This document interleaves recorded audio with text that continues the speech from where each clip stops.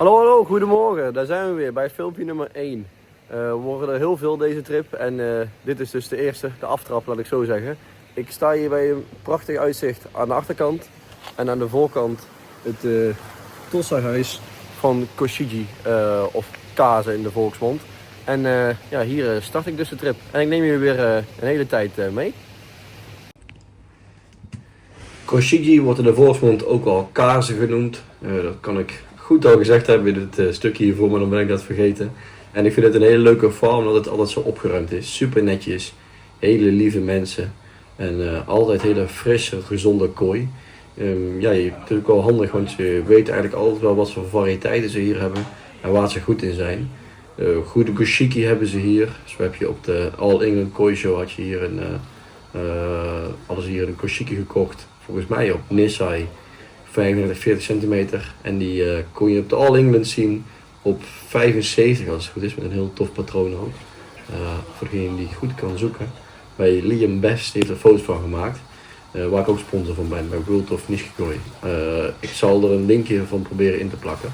In de beschrijving. Dan kun je daarop klikken nadat de video is afgelopen natuurlijk. Ja, hoe werkt het? Ze hebben het volgens mij 250 Nissai afgevangen. Slepen ze af. Doen ze de drijfnet. En van het drijfnet gaan ze naar de bol. In de bol kun je dan een stokje trekken. Iedereen die wil selecteren krijgt een nummer.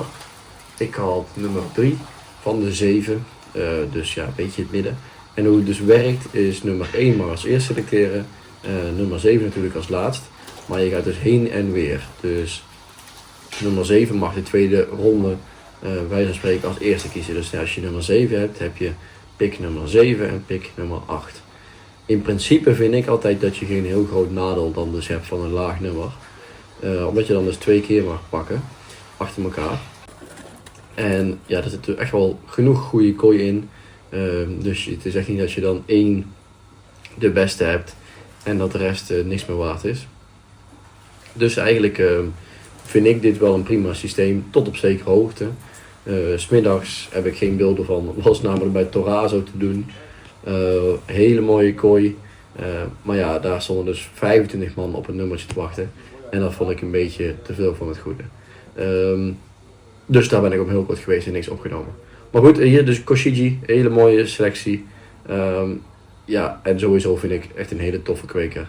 Ook heel goed voor shows vind ik op lagere sizes, zeker op Europese shows. En Goshiki, Deutsche Showa, Dirling Showa, Kikusui kunnen echt wel op Europees show level mee.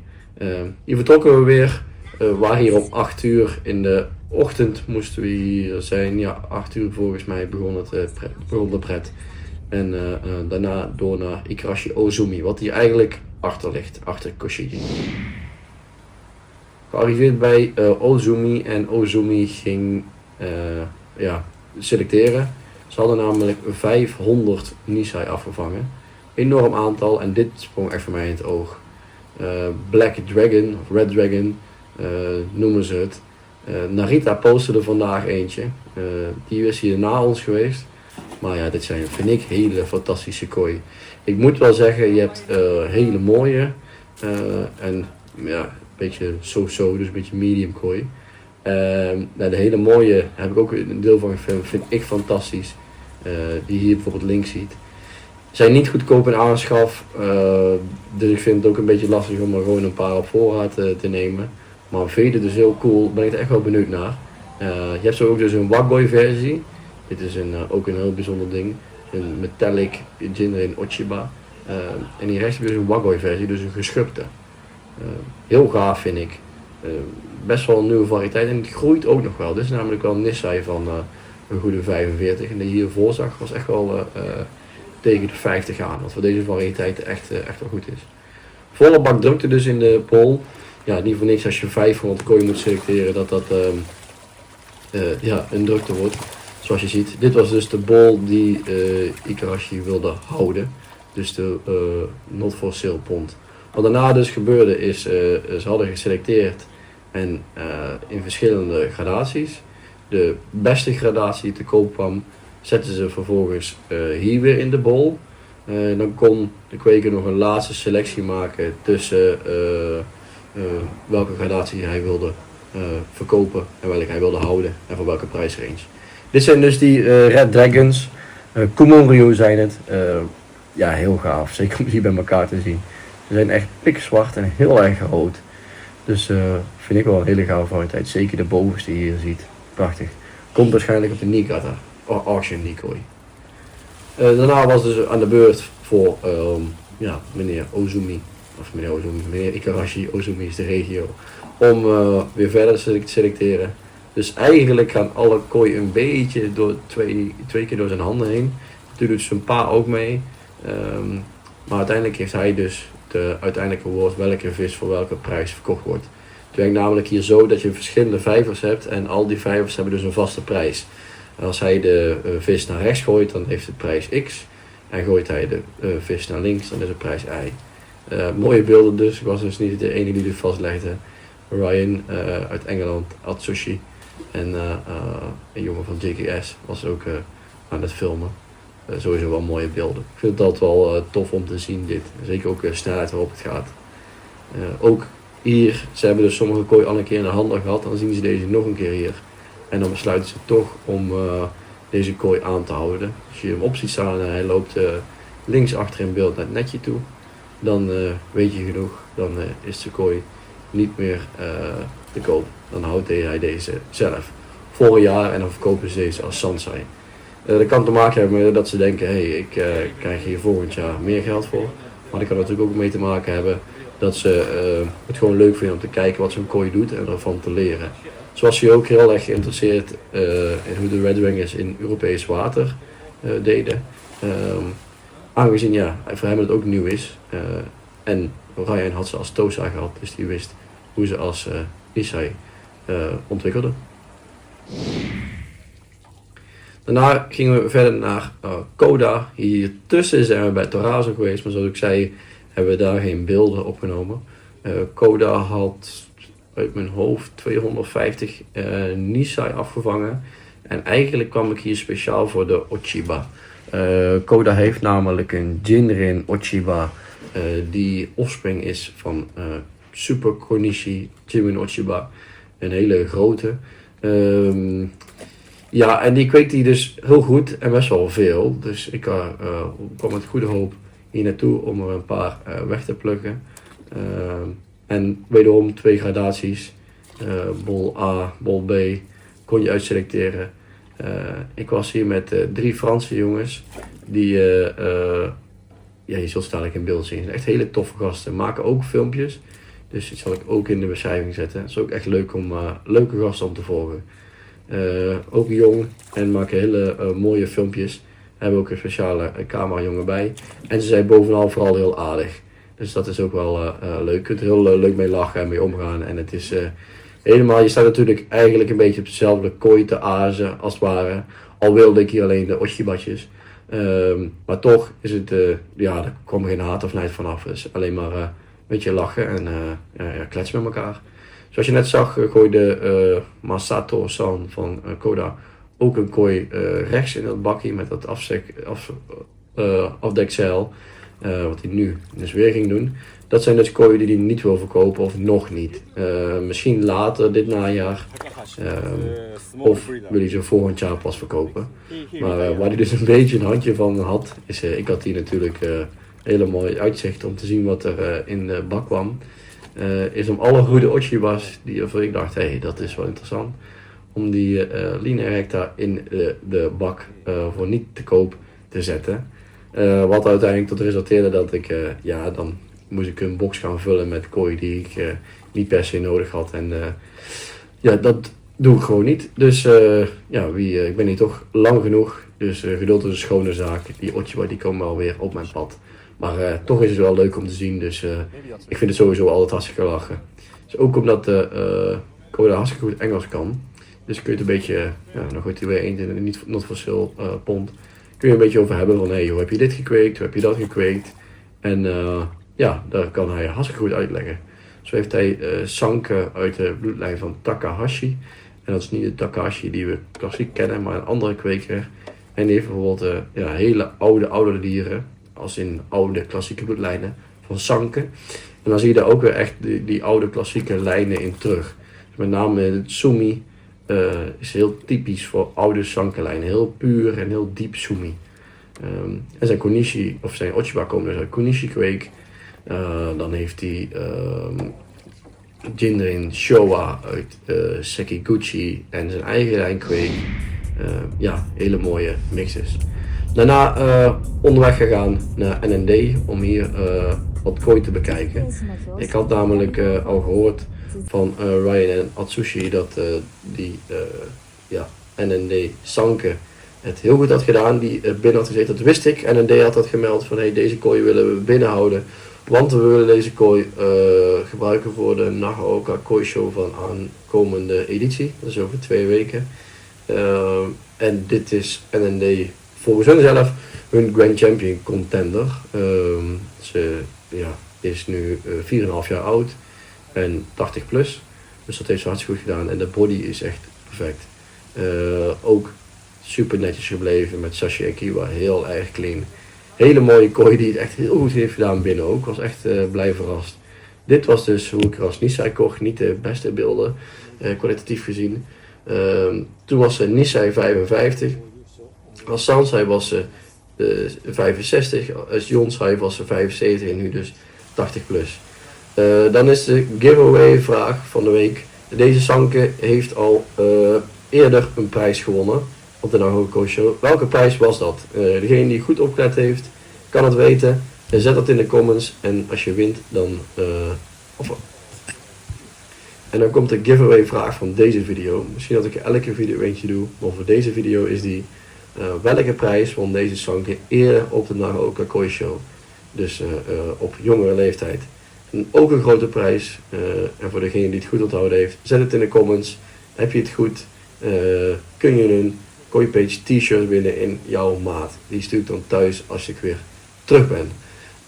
En met meerdere goede antwoorden, dan wordt het loten tussen de goede antwoorden.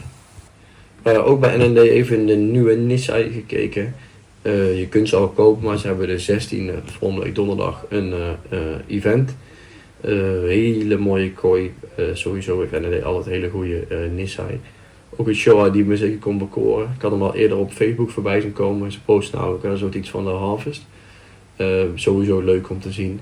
En ik vind het ook sowieso altijd een hele mooie bak. Als je deze bak ziet, dan komen de kooi altijd heel mooi over. Dat heeft ook wel iets leuks om te zien. Vervolgens 10 minuutjes doorgereden naar Odakan. En daar zaten een aantal, tweetal Asukari vissen van klanten binnen. Voor verschillende redenen. Soms is dat beter voor het Sumi en voor de kleur. Soms is het beter omdat de vissen gewoon heel groot zijn en heel kostbaar. Dan houden ze deze liever binnen. Dan hebben ze meer grip op. Voor deze Isa was het echt... het is moeilijk te zien hoe groot deze kooi zijn. Maar ik denk dat de Karashi 95 plus is. Dus deze Isa is ook echt wel fors. En die heeft met Sumi heel goed gedaan. Echt een schitterende vis. Dit is echt een Showa uit de hoogste orde. Heel moeilijk om dit soort Showa's van deze kwaliteit te vinden. Echt prachtig allemachtig. Zo goed qua Sumi en nog zoveel in balans. Dat Motoguru is zo sterk nog. Met een prachtig koppatroon. Ja, gruwelijke Showa. Deze Dainichi Kohaku zal nu richting de 90 zijn.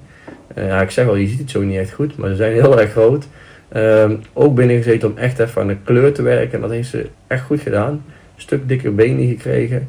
Komt uit de DS Kohaku lijn. Wat staat voor Dynamite Sakai. Dus het is ook een offspring van Ochiba als het ware.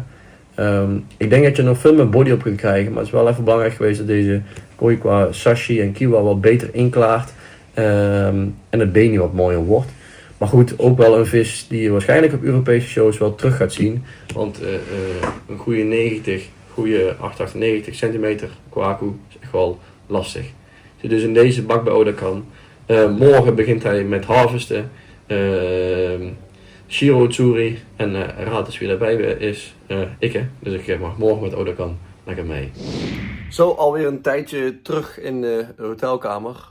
Ondertussen een goed uurtje. Even relaxed. En ook deze prijzen uitgepakt. Deze stonden namelijk nog hier in Japan op mij te wachten. Bronze Prize Junior Koi Show, Bronze Prize Junior Koi Show. Hier liggen daar de bordjes van. Dit vind ik altijd zelf heel tof. Met de Sakai Sanke. En deze ook met een Sakai Sanke. Van Joris. En zijn klant ondertussen, als ik het goed heb. En deze zijn er normaal tof. Dit is dus Kokugyo 24 Bu. Vergeleken met mijn hand, aardig bordje. Dat is dus de beste kooi in klasse 24 Bu. Dat is bij Junior Koi Show van 24 centimeter naar 21 centimeter. Dat is deze kooi van Miyatake. En die heeft Geert Schrijvers gewonnen. Waarvoor gefeliciteerd natuurlijk. Het leuke is, dus als je een grote prijs wint op Junior Koi Show, speel je ook voor je land mee. Dus degene met de grootste prijs wint ook best in entries van het land. En dat is dus nu ook zo gebleken. Dit is echt een grote prijs, moeilijk om te winnen. En daardoor krijg je dus een best in entries Netherlands bordje van. Ja, dat vind ik zelf echt cool. Het is natuurlijk heel vet om voor je eigen land ook een soort prijs te krijgen. Dus met dezelfde kooi. En daardoor krijg je dit bordje. Een soort fotolijstje lijkt het een beetje op. Met hier International Junior Koi Show Netherlands. Dus dat is wel echt gaaf. En dan heb je hier ook nog een heel papierwerk waar je naam op staat. Dus ja, dit zijn helemaal toffe prijzen. Je krijgt dus een hele mooie beker. Nou, ik weet niet wat voor product het is, maar het is best wel zwaar. Bord 1, best in entries en bord 2, Kokugyo. En dan ook nog zo'n bordje. En hier ook nog eentje van Patrick Bakkers met een Kondo Sanke. Dus weer een heel gesjouw om mee te nemen naar Nederland. Scheelt wel dat de eigenaar van deze grote borden en die beker zelf nog komt. Dus die mag ze zelf meenemen in zijn koffer. En dan ga ik nou een sushi eten. En ik zal er wel een paar clips van inzetten. Maar normaliter ben ik niet zo'n fan van eetdingen erin. Maar als het leuk is, zal ik er wat inzetten. En als het niet leuk is, dan zie je over 10 seconden een mooi afscheidsbericht. Good? So now always good. Nice. En dat was de video voor dag 1. Hopelijk vond je het leuk om te kijken. En ik bedacht me net, voordat dag 1 begon, heb ik ook onderweg nog 2 Sakai Tosai voor een klant gescoord. Die toevallig hier ook ergens in beeld staat, de eigenaar. Deze zal ik hierna nog even belichten en wat over zeggen. En voor degenen die het gewoon leuk vinden om de Japan beelden te zien en niet per se de video's los, dan was het hem. Dan bedank ik jullie hartelijk voor het kijken. En voor de liefhebbers gaan wij nu verder met de Sakai Tosai. En op een of andere manier vind ik het altijd heel leuk om hierover te vertellen. Dus ik heb mezelf weer ouderwets in het hoekje gezet. En weer de visjes met foto's op het scherm. Dit zijn ze beide door dezelfde eigenaar aangekocht. En ik ben nooit zo van roepen, dit zijn de beste van de veiling, of beste van het event, of beste van heel de wereld. Omdat het blijven kooi en wat nu de beste is, dat kan volgende week een andere zijn. Dat zeg ik deze keer ook niet, maar ik ga wel zeggen, het zijn wel 1 van de beste van de veiling geweest, of 2 van de beste als het ware. Deze komen namelijk van de Sakai Tategoi Auction Cup. Tategoi Cup Auction, Super Tategoi Cup Auction, iets met Tategoi in ieder geval. En dat zijn Tosai die een jaar lang in Azukahi blijven bij Sakai. Dus kooi die tot in april in Concrete Pond verblijven. Die overigens gefilterd worden met Mountain Tree. Dat was wel grappig. En dan vanaf april of mei naar de Muppelt worden gezet. En je krijgt elke maand als het goed is een update van deze visjes. Deze zijn nou een maand of 4, 5 oud. En je krijgt ze dus terug als het ware als Nisai. Links nummer 137 komt uit Miss California lijn. 193 komt uit de Miss Rome lijn. Allebei prachtige patronen en kwalitatief ook top. Dan lijkt me het leuk om bij elk visje even ook naar de bloedlijn te kijken. Dat is bij een Sakai namelijk, vind ik wel een belangrijk principe. Deze kooi komen namelijk allebei uit een moeder die van Miss Thai afstamt. En ik heb het hier waarschijnlijk al heel vaak over verteld. Maar Miss Thai is dus een offspring van Karashi, ver terug.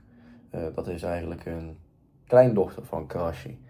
Miss Thai is ik denk wel de meest iconische bloedlijn van de laatste jaren. aangezien het heel veel hele goede kooi heeft voortgebracht.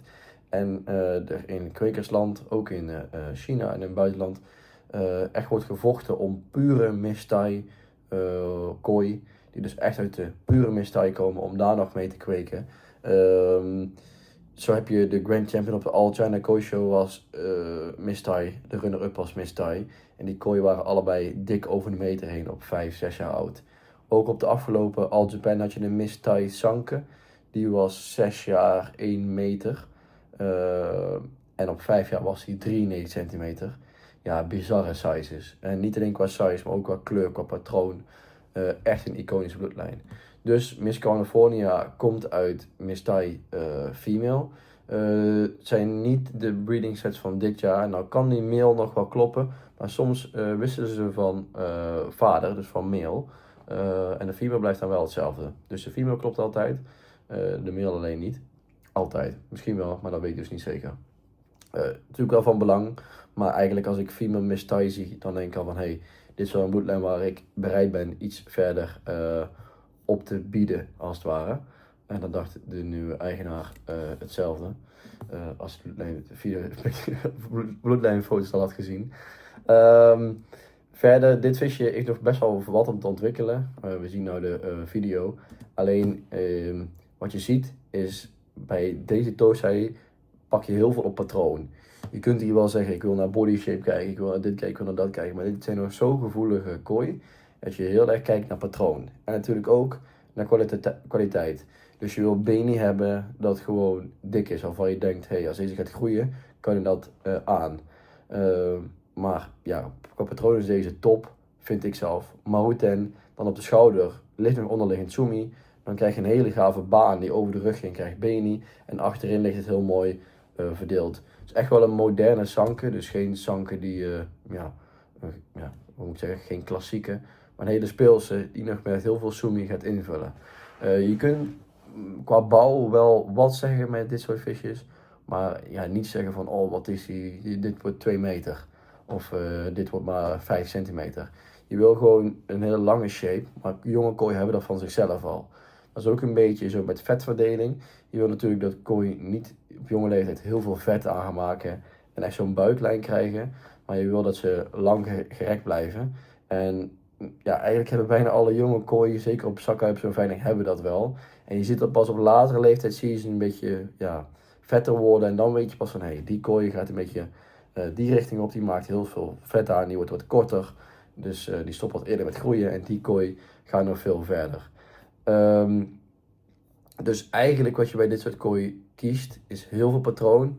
Dan krijg je naar kwaliteit, kenmerken, huid en vooral beni. Natuurlijk ook sumi, waar de plaatsing is, wat de kwaliteit daarvan is. Maar over shape kun je in mijn optiek nog niet heel veel zeggen. Desondanks zijn dit wel Tosai van de hoogste klasse, die zo jong zijn. Dus heel leuk om te volgen. Er komen elke maand, als het goed is, wat ik zei, een update. Dus die zal ik ook in de WhatsApp groep delen. Wil je die in de WhatsApp groep, bovenaan in de beschrijving staat een linkje. Klik je daarop, dan kom je in de WhatsApp groep. Dan ga ik ook steeds meer content delen van de reis hier in Japan. Dus dat is ook wel leuk om te zien, denk ik. Er wordt wel veel in gepraat, dus als je het irritant vindt dat je veel pingels krijgt, pingetjes, meldingen, zet dan de WhatsApp groep op stil. Of archiveer deze, of je snapt wat ik bedoel. Verder naar kooi 2. Dit is ook een Miss Thai bloedlijn, namelijk Miss Rome. En Miss Rome komt ook uit Miss Thai. Dus kom je eigenlijk op hetzelfde verhaal uit. Je wil kooi die uit die bekende Miss Thai bloedlijn komen. Je wil kooi die uit New Impact lijnen komen, wat uiteindelijk weer Karashi is. En ja, dat is deze dus ook. Je ziet op de foto al een enorm ding, is de female. Het is dus niet altijd zo dat de nakomelingen ook zo groot worden, maar het is in ieder geval een mooie basis. De genetica, daar zal het niet aan liggen. Deze kooi is al een stuk verder dan de andere hiervoor. Is dat een nadeel? Nee, niet per se. Ik denk ook niet dat deze per se te ver is, zeg maar. Wat ik ook vaak zie bij Sakai Tosai op deze leeftijd en ook als ze jong zijn, is nu lijkt het sumi best wel veel. En wat veel mensen denken is dat ze alsmaar sumi bij gaan maken. Dat de sumi vlekken groter worden. Maar wat je eigenlijk vaak in de praktijk ziet, is dat sumi naar elkaar toe trekt. Dat shrinkt, als het ware. Dus dat krimpt in. Dus je ziet dan sumi, dat gaat krimpen. Die kooi wordt groter. Dus relatief over de kooi heen, in verhoudingsgewijs, wordt het sumi, het zwart, wordt minder. Dat knijpt naar elkaar toe. Zeker als je al zo dik sumi hebt als bij deze kooi. Nou kan er dadelijk een update komen dat ik er gigantisch naast zit, maar dat zie je vaak terugkomen in de praktijk. Je denkt vaak, hey, die vis gaat helemaal vol lopen met sumi. Bij deze niet helemaal hoor, maar in ieder geval krijgt veel meer sumi. Maar je ziet als het groeien, dat dat sumi verhoudingsgewijs naar elkaar toe trekt en dus minder wordt. Hoewel een perfecte mahoutspot en ook, ik denk dat het sumi het verder invult, dat je hier echt een hele goede showvis aan hebt. Dus bij de hele toffe kooi die we allemaal gaan volgen via de WhatsApp groep, via de link in de beschrijving. En dan was dit 8 minuten aan leuke Sakka informatie, hoop ik. De GoPro vind ik dat het leukste aan deze filmpjes maken, is dat je er een beetje iets aan leert als je ze kijkt. En heb je dus vragen over kooi, zet ze dan ook vooral in de comments. Ik vind het wel leuk om te lezen beneden. Van hey, hoe zit iets bij kwekers? Waarom doen ze dit? Waarom doen ze dat? En ja, dan kan ik daar een beetje op ingaan. Want ik kom hier best wel lang en best wel lang achter elkaar ook. Dus voor mij worden dingen misschien normaal en een beetje onzichtbaar. Dus als je dingetjes ziet of je hebt vragen van hey, waarom pakt een kweker deze wel en die niet? Of waarom doet de kweker dit wel? Waarom verkoopt hij die vis wel over een jaar en niet nu? Dat soort dingen. Zet allemaal in de comments. En dan ga ik er deze trip allemaal een keer op in. En voor nu, dank jullie voor het kijken en graag tot morgen. Doei!